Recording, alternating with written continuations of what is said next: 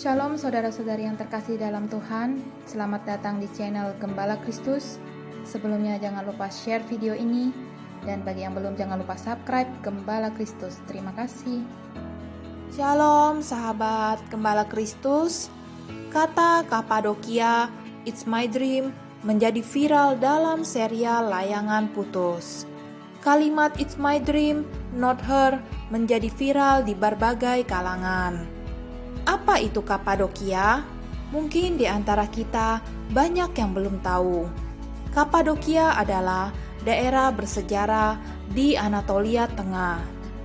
Pada zaman Herodotus, Kapadokia dilaporkan meliputi seluruh daerah dari pegunungan Taurus ke wilayah Yukin pada Laut Hitam. Dengan batas selatan, rangkaian pegunungan Taurus yang memisahkan dari daerah Kilikia. Batas timur hulu sungai Efrat dan dataran tinggi Armenia.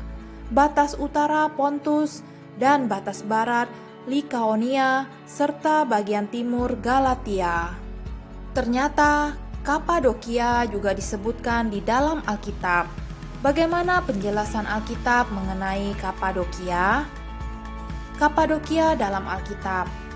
Ternyata Kapadokia juga disebutkan dalam Alkitab, yaitu pertama Kisah Para Rasul 2 ayat 9, yaitu kita orang Partia, Media, Elam, penduduk Mesopotamia, Yudea, dan Kapadokia, Pontus, dan Asia.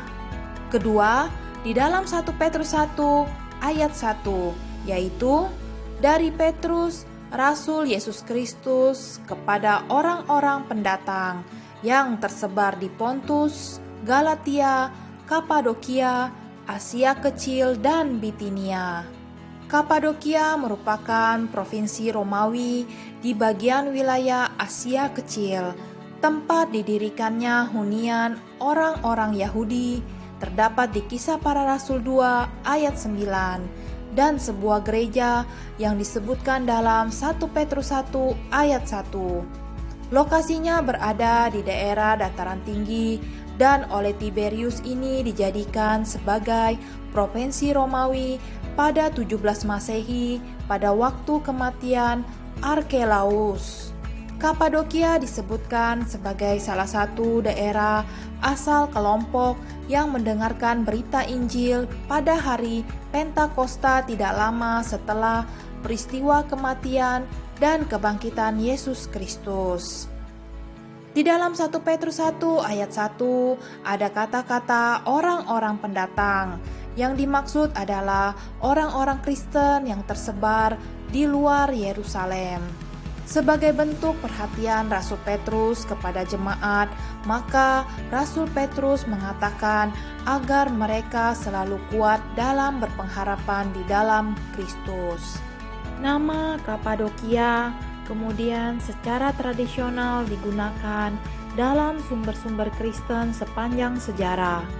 Dalam perkembangan kekristenan, Kapadokia menjadi salah satu tempat sejarah di mana Injil disampaikan.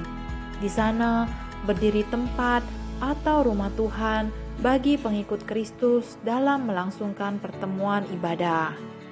Selain itu, dalam konsep turisme internasional di Turki, Kapadokia masih dipakai luas untuk mendefinisikan daerah yang memiliki sejumlah keajaiban alam, khususnya cerobong peri dan warisan budaya Anatolia dan Turki yang unik.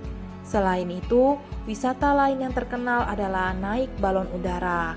Itulah penjelasan Kapadokia. Semoga bisa bermanfaat. Tuhan Yesus memberkati kita semua. Terima kasih sahabat Gembala Kristus telah menonton video ini. Sampai jumpa di video-video berikutnya. Tuhan Yesus memberkati.